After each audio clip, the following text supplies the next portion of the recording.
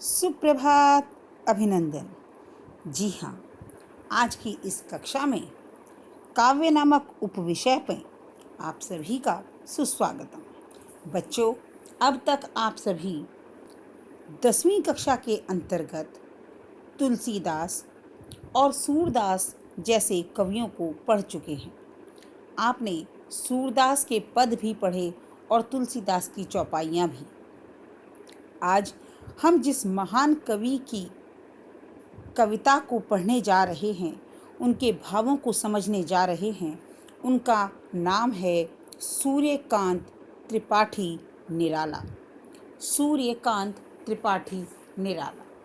काव्य को पढ़ने से पहले, इनके द्वारा रचित इस कविता को पढ़ने से पहले आइए हम सब जानते हैं कि सूर्यकांत त्रिपाठी जी किस तरह के कवि थे, उनका जन्म कहाँ हुआ और उन्होंने किस प्रकार अपने काव्य क्षेत्र में अपना लोहा मनवाया। जी हाँ, सूर्यकांत त्रिपाठी निराला जी का जन्म बंगाल के महिषादल में 1899 में हुआ। वे मूलतः गढ़ा कोला, उत्तर प्रदेश के निवासी थे और उन्होंने औपचारिक शिक्षा 9वीं तक महिषादल में ही की थी। इसके बाद संस्कृत, बांग्ला, अंग्रेजी आदि भाषाओं का ज्ञान किया और वह ज्ञान लेने के पश्चात उन्होंने रामकृष्ण परमहंस और विवेकानंद की विचारधारा को पढ़ा, जिसका उनके जीवन पर विशेष प्रभाव पड़ा। अगर उनके पारिवारिक जीवन की बात करें तो उनका पारिवारिक जो जीवन था वह संघर्षों से पूर्ण था, लेकिन उन संघर्षों में उन्होंने स्वयं को कभी पीछे नहीं छोड़ा। वे लगातार संघर्ष करते रहे, वह उत्साह उनके अंदर रहा, प्रकृति के नज़दीक रहे और वही सब कुछ उनकी कविताओं में पढ़ने को और सुनने को मिलता है। निराला जी की मुख्य रचनाओं में अनामिका, परिमल, गीतिका, कुकुरमुत्ता और नए पत्ते, उपन्यास, कहानी, आलोचना, निबंध भी उन्होंने बहुत लिखे जो अविस्मरणीय हैं। निराला रचनावली के 8 खंडों में उनका संपूर्ण साहित्य प्रकाशित है। निराला जी विस्तृत सरोकारों के कवि थे, बहुत विस्तृत सोचते थे। दार्शनिकता, विद्रोह, क्रांति, प्रेम, तरलता और प्रकृति का विराट रूप, जैसा कि मैंने आपको पहले भी बताया, उनकी रचनाओं में देखने को मिलता है। शिल्प जगत में नए नए प्रयोगों को उन्होंने ही संभव किया।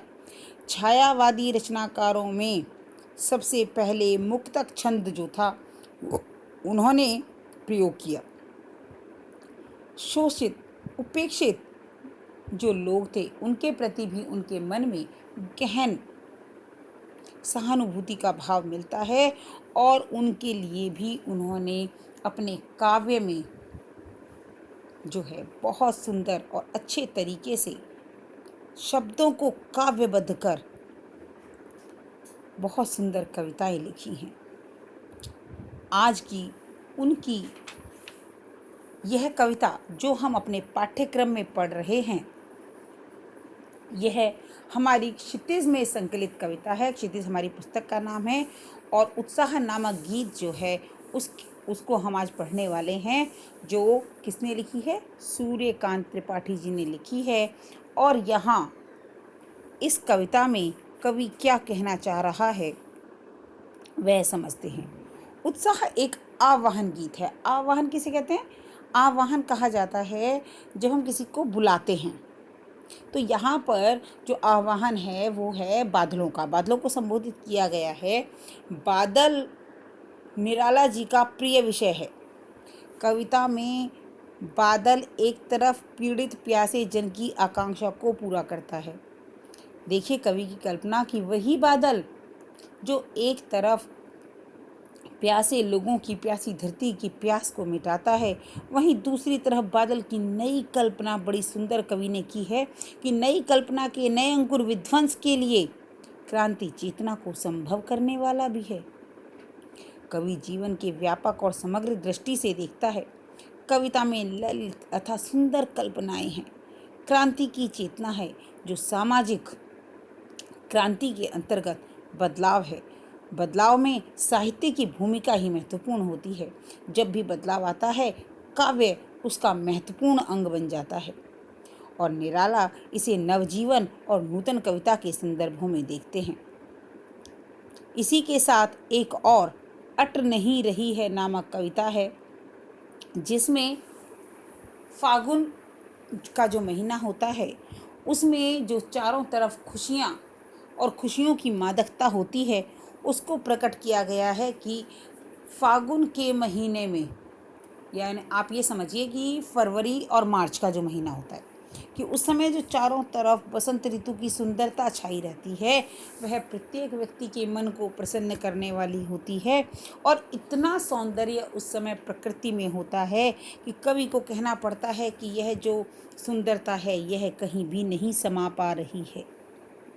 सुंदर शब्दों के चयन और लय के साथ कविता को भी फागुन की तरह ही उन्होंने बड़ा सुंदर बना दिया है। इसी परिप्रेक्ष्य में और अपने इसी उपविषय के साथ आगे बढ़ते हुए चलिए पढ़ते हैं इस कविता को, जिसका नाम है उत्साह।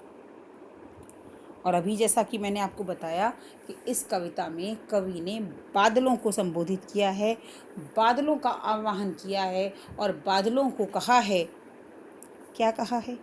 बादल गरजो घेर घेर, बादल गरजो घेर घेर, घोर गगन धरातर ओ। बादल गरजो घेर घेर, घोर गगन धराधर ओ। ललित ललित काले घुंघराले, पाल कल्पना के से पाले। विद्युत छवि उर, विद्युत छवि उर में कवि नव जीवन वाले। वज्र छिपा नूतन कविता, फिर भर दो बादल गरजो। जी हाँ, इस कविता के माध्यम से कवि क्या कहना चाहते हैं, इसे हम समझेंगे। कि कवि कहते हैं कि हे बादल, तुम आओ, तुम गरजो, तुम जोर जोर से कण कण करो और अपनी भयंकर गर्जना से संपूर्ण आकाश को घेर लो। घेर घेर घोर गगन, अर्थात अपनी गर्जना से इस बड़े विशाल गगन को तुम जो है उसे घेर लो। तुम्हारे केश बड़े सुंदर काले और घुंघराले हैं। देखिए कवि की कल्पना कितनी सुंदर है कि जो बादल हैं उनकी, देखा है आपने, घुंघराली सी जो उनकी छवि होती है। जब हम देखते हैं बादल बनाते हैं तो किस तरीके से बनाते हैं, आप ऊपर इस चित्र में भी इसे स्पष्ट रूप से देख सकते हैं कि तुम्हारे केश बड़े सुंदर और काले घुंघराले हैं। ये केश कल्पना के विस्तार हैं और उसी के समान घने भी हैं। कि तुमने बच्चों की जो कल्पनाएं होती हैं ना बादल को बनाने के लिए, उन कल्पनाओं का विस्तार है। कवि बादल को कवि जो है बादल को कवि की संज्ञा देते हैं। वे कहते हैं कि हे कवि बादल, या बादल रूपी कवि, तुम्हारे हृदय में बिजली की कांति है। विद्युत छवि अर्थात बिजली जैसी छवि है, बिजली की कांति है। तुम संसार को नया जीवन देने वाले हो। हे बादल रूपी कवि, कवि नवजीवन वाले, मतलब तुम ऐसे कवि हो जो नवजीवन देता है, नया जीवन देने वाले हो। वज्र छिपा, और तुम्हारी भावनाओं में वज्र छिपा हुआ है।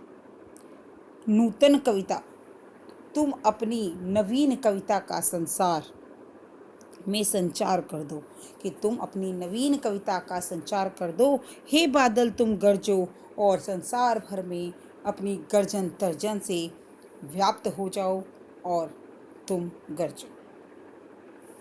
कितनी सुंदर पंक्तियाँ, कितना सुंदर वर्णन। अगली पंक्तियों में फिर समझेंगे। विकल विकल उन्मुन थे उन्मन, विकल विकल विकल उन्मन थे उन्मन, विश्व के निदाघ के सकल जन। आए अज्ञात दिशा से अनंत के घन, तप्त भरा जल से फिर शीतल कर दो बादल गरजो, बादल गरजो। जी हाँ, यहाँ कवि स्पष्ट करता है कि बादल संसार में क्रांति और चेतना उत्पन्न कर सकता है। यहाँ कवि क्या कहता है कि जो बादल हैं वो अपनी गर्जना से, अपनी आवाज़ से संसार में क्रांति और चेतना उत्पन्न कर सकता है और वही संसार को शीतलता भी दे सकता है। कवि का कथन क्या है, अब सुनेंगे बड़े ध्यान से।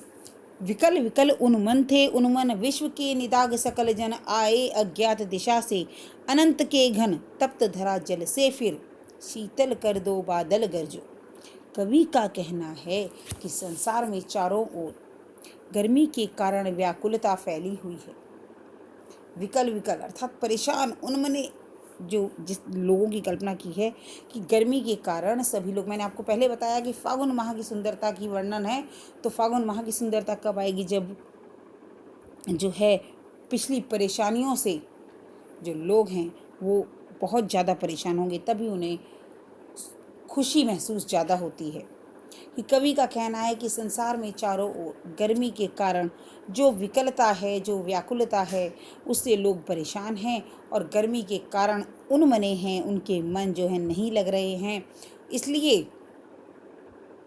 विश्व के निदाघ के सकल जन आए अज्ञात दिशा से अनंत के घन, कि ऐसे समय में न जाने आकाश में किस अज्ञात दिशा से बादल आ जाते हैं और संपूर्ण पृथ्वी जब गर्मी के कारण तप रही होती है, तब हे बादलों तुम खूब वर्षा करो, ग्रीष्म ऋतु से झुलसे हुए लोगों को शीतलता प्रदान करो। हे बादल तुम खूब गरजो, वर्षा करो और इस तप्त धरा को अपने जल से फिर से शीतल कर दो, अर्थात इस तपती हुई पृथ्वी को फिर से शांति और ठंडक प्रदान करो, शीतलता प्रदान करो, अर्थात दुखी लोगों को सुख प्रदान करो। इस कविता का सांकेतिक अर्थ यह भी हो सकता है कि संसार में चारों ओर हिंसा फैली हुई है और शोषण के कारण लोग परेशान हैं। ऐसे में न जाने किस दिशा से दुखी लोगों के कल्याण के लिए मंगल की वर्षा करने वाले बादल आ जाएं और इसी कारण वह बादलों से प्रार्थना करता है कि तुम खूब गर्जना करो और दुखी और पीड़ित मनुष्यों को सुख प्रदान करो, शांति प्रदान करो। अब इनमें हमने अभी रस पढ़े, मैं आपको बताऊं कि इन दोनों ही जो हमारे ये पद्य भाग हैं, अनुप्रास अलंकार का प्रयोग हुआ है और मेन मानवीकरण अलंकार की बादलों को मानव की संज्ञा दी गई है कि तुम जो है दुख हर लो और सकल जन के तुम त्याग करने वाले हो। कवि की कल्पना की गई है, मतलब बादलों को कवि के रूप में माना गया है। तो हम कह सकते हैं कि यहाँ पर अनुप्रास और मानवीकरण जो है वो अलंकार है। लाक्षणिक शब्दावली का यहाँ प्रयोग किया गया है और संस्कृत निष्ठ साहित्यिक हिंदी शब्दों का भी प्रयोग यहाँ किया गया है। शब्दों का बड़ा सुंदर प्रयोग यहाँ है और मुक्त छंद के अंतर्गत संबोधन शैली का यहाँ पर प्रयोग हुआ है। आज की कक्षा में हम इस उत्साह को हमने पढ़ा और बादलों के स्वरूप को समझा। अगली कक्षा में हरिऔध जी की, निराला जी की हम जो है अगली कविता अट नहीं रही है, जो मैंने इसके प्रारंभ में आपको बताया कि कवि जो है फागुन माह में जो सुंदरता है उसके विषय में बता रहे हैं, तो उसे समझेंगे कल और आगे बढ़ेंगे। इसी के साथ आज की कक्षा के लिए और मुझे सुनने के लिए और समझने के लिए आप सभी का धन्यवाद।